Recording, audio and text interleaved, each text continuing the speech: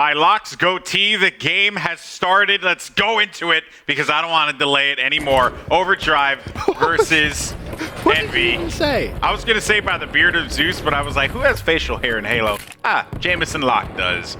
So I went with that. Blue flag taken. I don't need you to judge me, Ben. I'm judging, as everyone watching. Judging right now. All right, well. Anywho, semifinals underway. I'm excited because it's win-win, right? We either get the final everyone wanted with UGMV, or we get a bit of a fairy tale story. Vetoed, coming up big against APG there. And he's able to pick up those rockets and take his time with it. It's already 1-0. Already? What? I didn't even notice that. Oh, man. That's why I get paid the big bucks. That's clearly. Totally kidding. Yeah, that was a very fast flag. Wow, okay. And that's been, to be fair, a testament to the way Team EnVyUs have kind of been playing CTF today. Off their breakout in CTF is really T1. It's very, very good. It's the latter part of the game where they kind of slow down a little bit. They allow the other team a little bit more control. It's almost as if they struggle to continuously play at the same tempo because they play very, very fast off the break. Yeah, Envy, I mean, both teams, it's like, you know, you want to be able to just make that statement immediately, right? Damn, I did not even notice. I was about to just rewind everything. I just rewind it all just so I could watch it. You know, forget the stream. I want to see how that happened. But in any case, though, you know, right now you have Hines who's looking to push up on Rocket's side here. And he is going to identify a player in the back, but they have... Oh, that was not looking good for him. That's actually... Let's see. He's going to walk into his own splinter nade. Oh, did King a little Nick. bit of damage. Here we go. go. Who is King Nick? He's back, baby. Yo, how many kills does King Nick got right now? I'm just curious. I just want to keep track of his slaying abilities. King Nick currently one kill. God damn it, King Nick. But they are going to have the flag. This could very well be the second flag cap for this team. Oh, it's going to get stumbled up on the wall there or on the ceiling. It should still be good, though. Yep. I think he should be good just to jump dash. Yep, 1-1. Very, very nice cap from Overdrive. After going 1-0 down early in the game, they didn't let their heads fall. Managed to just get some decent map control and a very, very nice flagpole. Now, though, King Nick, as he makes his way up towards Rockets, will be coming up relatively shortly. In fact, APG in the kill feed just got 3 kills with the Rockets. Yeah, and it looks like he's going to follow up with another one. King Nick, though, there for the trade. Spawns are going to be coming from behind King Nick, though. And we'll actually see what's up with Marble Eyes as he's looking to get around the flank, identifying that despite that flag being away, he still has a position opportunity. Is he going to go for the VR? He is. Yeah. That's going to be APG. Can he find the flag carrier, though? I don't think he may have just juked him out a little bit. It's going to be McQuinn. Oh, and that should be the flag carrier. No, it's away. The catapult has gone down, but he is able to pick up the first kill. Second one's going to be Pistola. Looking for the trip. Any second now. May have just been a little too long. He's going to go for the return, though. Stays alive. Beautiful play right now from Mobilize. He needs his teammates to come up big here, you know, be behind him, but not much he can really do. I'm trying to see if anyone else is going to be around there as we go ahead and drift down here. I'm going to go over to, actually, APG's doing pretty well so far. He has 9 kills to his name. Marble Eyes, though, is going to get the hands because APG just turns around and gives him the business. Can't stay alive, though, long enough. King Nick with the DMR. Nice shots from him. Of course, both flags away. Blue carrier spotted. Blue carrier has finally been spotted. Meanwhile, Hines just sitting at the very back of the map, playing very cautiously. This portion of the back of the map, he actually is going to get aggressive with it. Remember, I mean, the Flagdom, you know, you know, the Magnum still does work, still does damage. Important to note, McQuinn with the sniper rifle as well. That could be very, very crucial in trying to return that flag. We'll see how much damage he can do. Just like I said, he bodies the flag carrier, pulls out the DMR, able to connect with that kill. That's on Vetoed. Flag is surrounded by, I believe, 2 plays from Overdrive. Make that just 1, and it should be good to be returned. That's going to be a flag. Team EnVyUs 2-1. Now, can they as well carry that momentum for another flag cap? McQuinn still with that sniper DMR combination. Player top Rockets will fall, and this flag is being run now by Team EnVyUs. Turns around, misses the no-scope completely, goes for it once again. Rockets under the control of who is King Nick, and honestly, that flag won't be going much further. No, not at all, but Pistola is going to be the last man standing here, and he has it on his teammate's side. There is going to be one member actually pushing forward, and they actually about to have possession. They're in their face. This could very well be it. Oh, goodness, I'm trying to switch to the player nick of time. So cannot get the stop. That's going to be 3-1, a very quick game. Envy. I'm amazed Pistola, as the last man alive, was able to keep that flag alive, essentially, and he put such good yards on it. And props to him for that play right at the very end. And then, of course, the flag able to be run in. So 3-1, the lead for Team EnVyUs, and that middle run was pretty quick. That middle run there, I mean, you know, he had the opportunity. His teammates, despite them falling, he still was able to push that flag across the, across the jump, right? Yep. And because of that, you know, yes, you did have 3 members there, and I would even argue that that cap at the end was more or less just like a great opportunity, like a great clutch cap, right? Grabbed and just boosted right over to the side. But, you know, I think that had Marble Eyes got landed that last shot, he would have been able to stop that. It just was an unfortunate situation there for, for Vitoed and the rest of the crew. But Envy came out strong, and to get that first cap in the beginning the way that they did really set the pace for the game. And I think like Overdrive, they are a great team, but I would even argue that that may have been a message. You know, not necessarily a message that Envy was trying to deliver, but just a kind of like a message for Overdrive. It's like, hey, you're in the big time. You make one small mistake and they'll make you pay. You could be penalized, I guess, the best way of explaining it. But that is going to be the end of game number 1. Of course, as a look at the other series layout, we've got Empire Slayer, Altitude, Breakout, Eden Strongholds, and the Rig Slayer. And you put it best, I think, is you said, you know, Envy could easily come out here in 3-0, and it wouldn't be, you know, massive surprise. Of course, Overdrive had a little bit of a wait whilst they waited for the semi-final, as this side of the bracket was backed up quite a little bit. But Empire Slayer, when we saw Overdrive and Slayer earlier on in the day, they impressed greatly when they went up against Liquid. Can they try and pull off this win here against Team EnVyUs? What do they need to do, in your minds, one boy? You know, when it comes out to Empire, right, you have to think about how let's get that money plated, right? And speaking of, actually, we're ready to go for this next one, Slayer Empire, coming up in just a bit. You know, you just have to have that delusional confidence from time to time and just get aggressive. You have to know how to play the spawns. That's really what Overdrive needs to do here. Play the spawns, and of course, the most important thing, get OS control. I think that was just the Mikwin grabbed it and fell pretty much instantly, so we'll have to wait for OS to be up once again. All right, and Pistola, though, has been identified. Kefri looking for those shots, but he is going to have to deal, actually, with 2 players, in the outside. It's going to be Mikwin to his left, APG right in front, and the other 2 by the tower.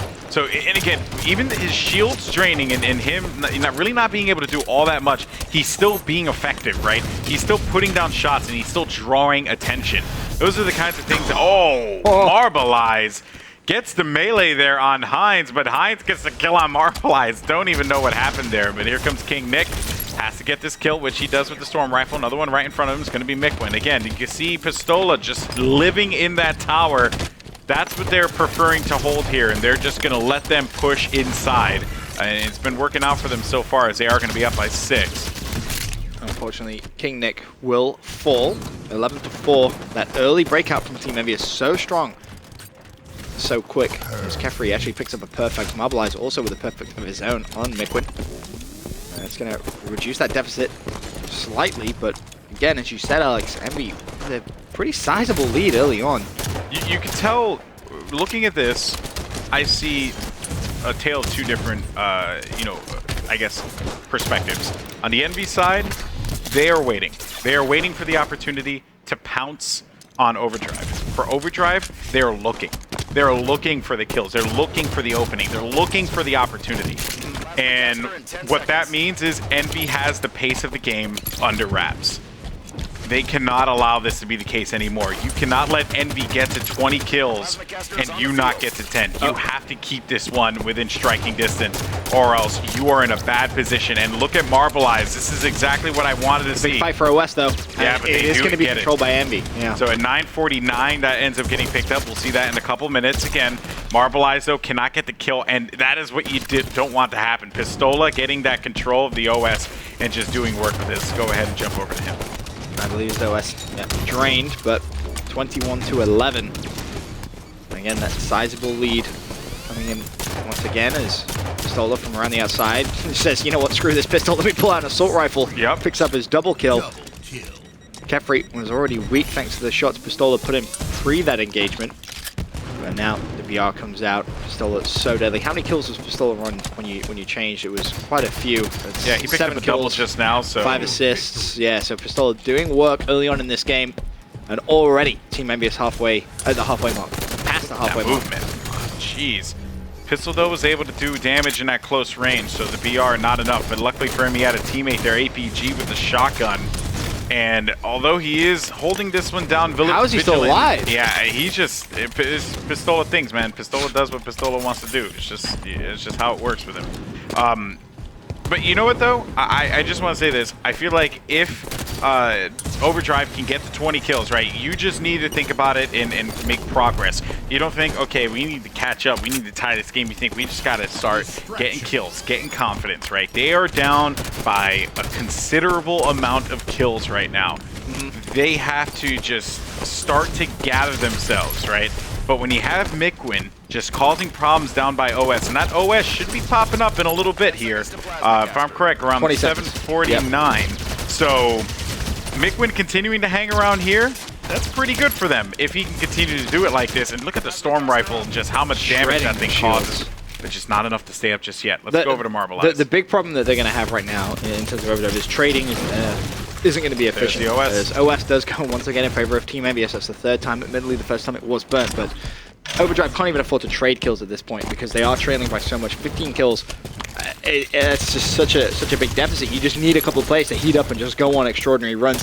OS would have massively helped that. Exactly. But sadly for them, Envy control just too good when it comes to that power up. Heinz, I mean, just him having it is enough. It's just more the fact that Envy have it and Overdrive don't, which is helping them secure this win. Yeah, and also some pretty good Storm Rifle play too, because these players obviously know that they have to take advantage of the weapons on the map. You've seen the Storm Rifle come into play quite a bit on this on Empire, because it's just such an effective weapon. This could very well be curtains on this one if they're not careful. They're still fighting back, right? But with only 11 kills left to gain, I mean, Envy is a pretty safe bet for taking this one, especially with Heinz on the flank, the way that he is picking up the double kill. That is big for Envy, looking for the trip perhaps, and he trades. A little unfortunate there. I thought he was going to be able to pick that one up, but damage done. Heinz with OS did a phenomenal job. 43 to 27. And APG with the shotgun just turns around the corner. Oh, how you doing, pal? No shield, doesn't matter. Miklin's nade strong enough to clean that kill up. Just 5 more kills for Team EnVyUs, and this has been a very convincing semi-final for Envy so far. You know, that first CTF, as you said, almost felt as if they were making a point when they kept that first flag within 20 seconds of the game starting. This one hasn't even been close. Like, let's be honest, it hasn't. 47 to 29. At the beginning of the game, you could definitely tell Overdrive were a tad bit rattled. Here he goes, though, finding one. He's going to have one more in the chamber, but it won't matter, because it'll be 50 to 29. Overdrive down 2-0 in the series. Envy looking dominant. Take a look at the scoreboard here and see what we have. Pistola with a strong showing on his end. Double-double as well. Yeah, double-double. You know, almost all of them with double-doubles. Yeah, again, you just cannot argue with Envy's dominance here. Overdrive, you know, they are a good team. Without a doubt, they are a good team. They took down a good team in Liquid, but this is certainly their toughest challenge. Has that big break maybe affected them a little bit more? I would say maybe more so than like some of these other pro teams. Probably because it's like, you know, going through the forums, a lot of people were pretty stoked that Vito and the crew were doing so well, and you know, like for Overdrive and Vito in particular, I believe he said something along the lines of like, yeah, like we're still like hyped up because of it, right? And yeah, I would argue that maybe that has died down a tad bit. But I would argue that Overdrive, you know, they knew that that was going to be the case coming into it. They saw how slow the bracket was progressing. I'm sure they were looking at it. If they weren't just playing a lot and just continuing to be hyped up and energetic. It's hard to keep that same level of, especially energy. If hype is a thing, which, you know, if they're saying, it's very hard to keep that same level of energy when you're sat there, even if you're scrimming, even if you're playing, you know, just arena, whatever it is. If it isn't tournament play, it is very, very tough. And you know, but we've seen it happen in online tournaments before. The other thing too, though, honestly, is just Envy's just a damn good team. Yeah, Envy. That's really. I mean, you could say all you want. Overdrive. You know, I've been a big fan of them in this tournament. You know, I thought, man, this is great, an awesome Cinderella story, fantastic. But at the end of the day, man, there's a reason why Astro picked up these 4 players to represent his organization because everyone knew at the start of Halo 5 that this squad, and although they were testing out other forces before, but once Mikwin joined forces with them, you just knew that this was going to be a championship contending team. Well, we are just one map away from the grand final. A lot of people expected coming in today, which of course will be Team EnVyUs versus Evil Geniuses. Let's not count them out just yet, though. Breakout's a different kind of game type. I just feel, being completely honest, Envy's shot is just on. Like, it is just on. They're not missing. So you go over to Breakout, no shields, you know, you get a crisp shot. I just can't see there's any way Envy can lose this right now. Very true. I wouldn't. I mean, yeah, you're completely right saying, you know, round-based, very, very different. This could be the start of a bit of a comeback. Just don't see it. Honestly, I think you called it perfectly earlier on when you said it's very possible that Envy come out and hit him with a hot 3-0. And that, to me, is what it's looking like. All right, folks, so here we go. We're going to kick it off with Vetoed, see what this squad can do at the start. Of course, over on the blue rampart side, just waiting, and he does identify Mikwin, so, but he wasn't confident enough to stay up there. APG taking out King Nick. King Nick has also been, you know, diffused a bit in this one. King Nick showed up big time, but Marbleized, though, has been a superstar. Vetoed, finding him. Now the last person left alive will be APG, and he has identified 1 player. I'm sure his teammates are also helping him out with the call-outs, too. The third person, very, very strong when you have your teammates watching you. Of course, no one's touched flag just yet. APG will spot 1. His teammate will see him over the other side of the map, and that's why he's just kind of hovering his aim over that left-hand side.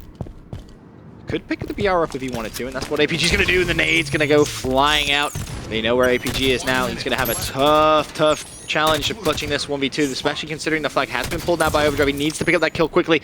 Unable to do so. And players from Overdrive now can just essentially run at APG. They have they can run at APG, but he still has a battle rifle in an upward position. Oh, that's a big kill if he gets it. Still unable to. Nothing going APG's way.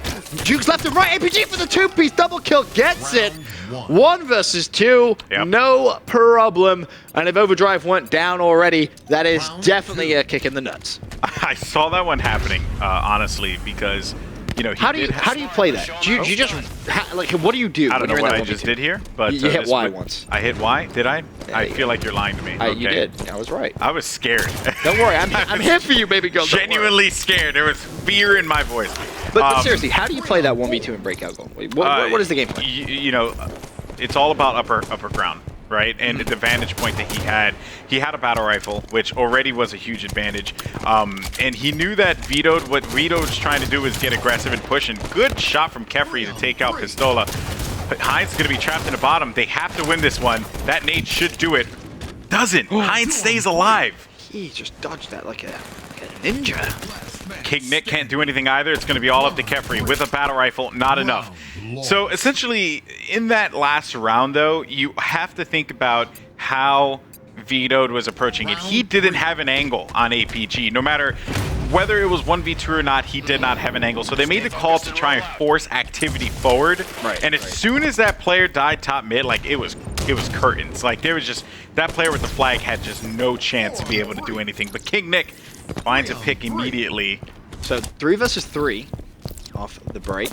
APG, by the way, 6 kills already. All right, we'll go on board with APG. As he's going to be shot from the left, curse of the caster. 2 on 2. 2 versus 2 now. Minute 30 still to play. Who's alive? Kefri is with his trusty BR. King Nick as well with the pistol, making his way over towards that flag. He needs to be careful though, because he's going to be tacked up from the left-hand side and will fall. Yep. Mikwin's shot on point right now, and that leaves Kefri for the 1v2. We already saw a 1 versus 2 clutch in round number 1 for Team EnVyUs. Can Kefri try and reply? Problem is, if he boosts up, he will be heard. It doesn't even matter. Envy spot him out and pick up the kill. That's 3 rounds now. I'm almost certain that player who came up on the jump saw the blue blur that just went underneath him and was like, all right, he's below me, because if he hasn't got up to the lift yet, then his only other option is going through the middle. It's like what I mentioned in the last Breakout game when we saw EG play. Essentially, there aren't that many routes he can go. Top, bottom, left or right, right? And even then, you're pretty exposed if you go left or right. Your only opportunity to actually push in the bottom middle is and have coverage. This should be a round now for Overdrive. They had a 2 versus 4. A couple of players winning those early gunfights. That leaves Vetoed to clean up the 1v1, and that was a perfect round from Overdrive. No one falls. So this could maybe be the turn of momentum that they need, but it's going to be a long journey ahead of them. It's all about that early pick, man. Honestly, It really is. First blood is king. Yeah, first blood, it's everything. If you're able to nail it with those nades, but and even these long-range pistol shots too, right? To be able to push out like that, and That's the key, right? Too many times you'll see players throw nades by themselves. If you have a rough idea where someone is, call it to a teammate. Throw 2 nades at him. Guarantee that kill. Yeah, well, and that's exactly what happened there, which pushed Kefri back, right? Right. Now he's going to have to be dealing by himself, and he wouldn't be able to do much, right? They sent 2 nades in the same exact direction, banked it off that map, forced Kefri to go back. The player in front of him, who actually thought he had help, ended up losing Kefri. And because of that, he had to, kind of like double back. And even then, like a lot of the not communication, but just everything broke down on the sides. So again, you see how those grenades were thrown from Overdrive, one to the left, one to the right? Yeah. Would have preferred to see them both at one centered location. Yeah, you could get lucky and pick up a double kill, but I would much rather secure that first kill. I think that's much more crucial, and just like that, round over. 5-1 Team EnVyUs. They 3-0 Overdrive in the semi-finals. And that means, of course, that we will now have our grand final that I really, really wanted. I know a lot of people were expecting to. EnVyUs versus Evil Geniuses. That's right, folks. So you can see the stats. APG with a big performance on his end. Overdrive's run this tournament definitely is one to admire. As they finished in the top 4. How many points did they manage to come away with? 2,000 points today. 2,000 points a person. If they continue to grind out the ladder, which I'm totally expecting them to, if I am Overdrive, I am not disappointed with this. Oh, absolutely at all. not. Like, I really hope either they listen to the stream or they rewatch it, but I would not be disappointed. That's you a phenomenal what result. No one thought you could do. You surprised people. You defeated a professional team, picked up by a professional organization, and you did it in dominating fashion. There is a lot of potential with this squad. I want to see King Nick develop more because I think he had those moments of greatness. And even then, Marvelize was a consistent player because not only was he good in the Liquid matchup, he was also very good in this matchup as well. He had a couple of big plays, a couple big double plays. This, double kill plays. This team has the capability. They just need to refine more. And honestly, this is the biggest one. I hope that they get more practice time with these pro teams. Definitely. I really hope they do, because if they do, no doubt about it, Overdrive will be a name you'll hear more from throughout the rest of this HCS qualifying process. Hopefully, that's for sure. We'll be keeping our eye out on them come the next qualifier, of course. But the first one isn't over yet. Let's take a look at our bracket just to update any newcomers to the stream exactly where we're at. Of course, grand final, Evil Geniuses versus Team EnVyUs. Evil Geniuses 3-1, let's get this, and also 2-1 CLG. So a little bit more of a troublesome run, if you will. Team EnVyUs 2-1 on Kinetic Halo and a 3-0 over Overdrive. For now, though, we're going to get a quick commercial break. When we return, the grand final of qualifier number 1. Assassination. Assassination. Assassin.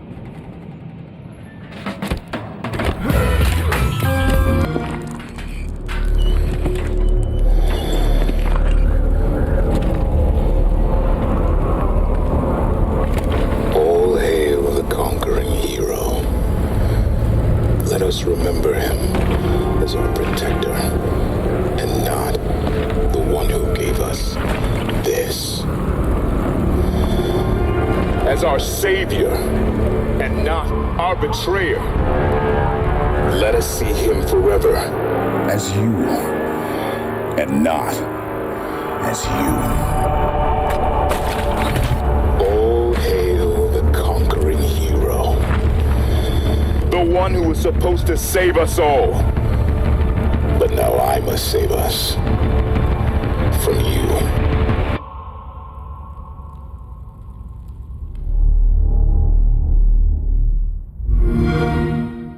Prepare for the hunt with Xbox One and the Master Chief Collection, now $349.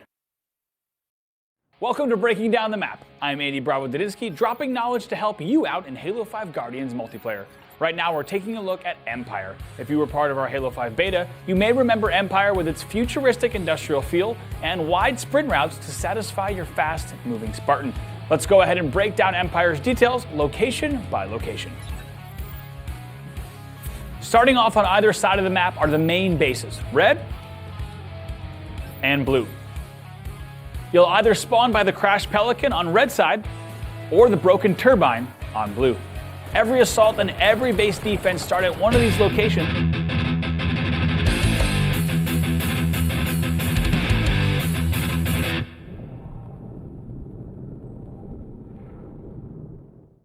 Welcome back, ladies and gentlemen. I got so excited. I thought they'd started the grand final, and they haven't. Feels bad, man. Yeah. But we can live up to That was all my fault, honestly. I take full blame for that. So we thought the final was going to happen. We stood up in joy. We were like, man, this is it. This is it. You know what I mean? Like we're not going to have a long break. We're going to go to the finals, and I can finish my freaking vacation. But no. You can finish your vacation. Your vacation doesn't finish. You still have vacation tomorrow, then the day after, and then the day after, and the day after. I have a plate of delicious Peruvian food at home waiting for me. Oh, so we're not getting sushi? No, we're definitely getting sushi because, again, people, I'm fat. It's what we do. We eat. We keep eating. As my good friend Gandhi says, my body's in a state of homeostasis. I will never gain weight, nor would I ever lose weight. I'm just going to look like this forever. And if you know what, it's not that bad. It's not that bad. I can't jump high. What? You know, I can't run. I can't go upstairs quickly. You have elevators for that. But exactly. Technology, baby. Hashtag technology. Okay. Anyway. Glad we got that under. We have, that's right. So we're waiting for this game to start here in just a little bit, folks. But yes, we are here. It is time for the finals. Evil Geniuses facing off against Team EnVyUs. And I have to say, man, this was before the broadcast even started. I said, I was like, realistically, you could see Envy versus EG in the final. I think it's because of the way the brackets were laid out, but also B, just based on talent. I'm glad to see them both there as well, because these are two teams that I would love to see obviously progress through. So it's nice for them both to start off with, good point total. The bare minimum either of these walk away with is 3,000 points. Yep. Of course, winner walks away with $5,000 and $1,000 cash as well. We should just kind of take a look at the match as a whole. We have a key player matchup for you guys as well. We're going to be keeping our eyes up for Heinz and Lunchbox. They're going to be our players to watch. Of course, Heinz playing a more supportive role, Lunchbox being a little bit of a shot caller. But the great thing about both these two teams is those player roles can completely change at any given moment, depending on the situation. Yeah, Lunchbox. A lot of people, even during HCS, during HCS seasons 1 and 2, the talk of the town was always about how talented Roy is, how Lethal just has been adapting to this team, how Snipe Down is just absolutely incredible. But oftentimes, and I would argue this is partly a commentator's fault, all of our faults, is that Lunchbox. No, not you, You weren't there yet. Lunchbox is just I ain't taking the blame. He's just that guy who is just consistent. He's always there. He makes big plays. He just knows how to come up clutch and also guide you to come out clutch. Like, he is just that. See, that's the one thing I love. Players like him, from everything I've seen so far, it's not that he can clutch, and it isn't that he's consistent, it's that he's consistently clutch. Dude, you're just merging words together and blowing my mind. Exactly. Blowing my mind away. Craziness. But that's the best way of explaining, I think. It's true. It's true. And then on the other side, you have Heinz, a veteran. This guy's been in this space for so long, and he's super talented. He was a part of the Denial roster. He was a part of the CLG roster, and CLG thought, you know what, Heinz isn't the choice for us. We're going to go ahead and pick up Cloud. We're going to drop Heinz, and we're going to see what brings of this. CLG still were in that same position. Heinz, of course, was also in that same position because everyone was playing second fiddle to Evil Geniuses during HCS seasons 1 and 2. Now it's a new game, new opportunities. This EG roster, while very dominant, can very well be exploited by what Envy brings to the table. I'm also looking on, another key matchup to look out for is going to be Snipe Down and Mikwin, because both players love to go for the snipe, have great shots, but both players have a different approach to how they snipe. while Mikwind, you could see him take his time and all that, he's more prone to go for like the quick shot, right? And not expose himself, excuse me, too much. He just spit everywhere like a savage. It was a projectile spit right on Benson's nose. He hasn't wiped it yet because he loves it. But this just got real weird real quick. But for Snipedown, he takes his time with the shot. He takes his time with the shot every time, and he's very patient. And it really is like, if you want to learn how to snipe, you just look at Snipedown, because he'll teach you some stuff. He's very, very talented indeed. I kind of agree a little bit as well, watching that key play matchup. The guys from Evil Geniuses, they've been playing doubles to warm up, and they're currently in a doubles game as well. So I imagine this one may take a little bit extra time. So for now, we're going to go to a quick commercial break. When we return, though, we will definitely have the grand final. I'm excited. You should be too. Be right back.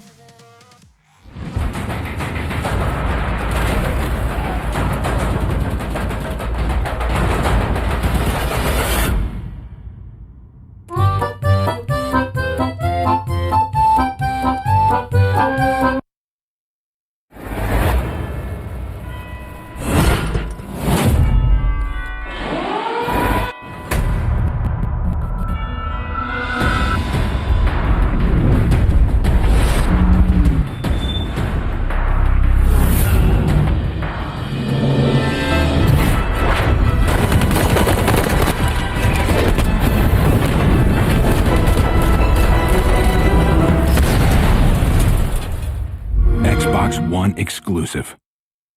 Hey there, I'm Andy Bravo Dadinsky, and this is Breaking Down the Map, the only show you need to take you to the top in Halo 5 Guardians. You may have noticed that some of the Halo 5 multiplayer maps have alternate versions. These remixed maps have similar elements, layouts, and configurations to their predecessors, but they have some key differences. Here is the remixed version of Empire. It's called Eden. If Empire had you feeling that the map was divided into sections, then Eden should make you feel like everything is connected. Eden has the same two base structures as Empire, red base and blue. But this time around, the bases connect directly to each other via two catwalks, one on the lower level of the turbine side and one on the higher level alongside security. Be careful when traversing either one, as you're vulnerable to cross-map shooting.